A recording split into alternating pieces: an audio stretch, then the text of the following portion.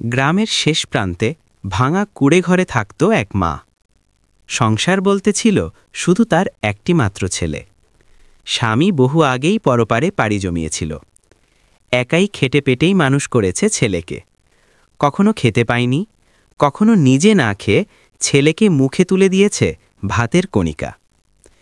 ছেলেটি বড় হয়ে শহরে পড়াশোনা করার সুযোগ পেল। মা খুশিতে চোখে জল নিয়ে বিদায় দিল। দিনের পর দিন শুধু আশা করত একদিন ছেলে লেখাপড়া করে বড় মানুষ হবে আর মায়ের সব কষ্ট মিটে যাবে। কিন্তু শহরের চাকচিক্য ছেলেকে পাল্টে দিল। নতুন বন্ধু, নতুন জীবন, সবকিছুর ভিড়ে মায়ের খবর নেওয়া তার আর মনে থাকল না।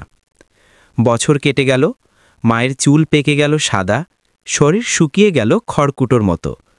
তবুও প্রতিদিন বিকেলে উঠোনের পাশে দাঁড়িয়ে পথ চেয়ে থাকত, আজ হয়তো আমার ছেলে আসবে। এক বর্ষার রাতে প্রচণ্ড ঝড় বৃষ্টির মধ্যে মা হঠাৎ অসুস্থ হয়ে পড়ল।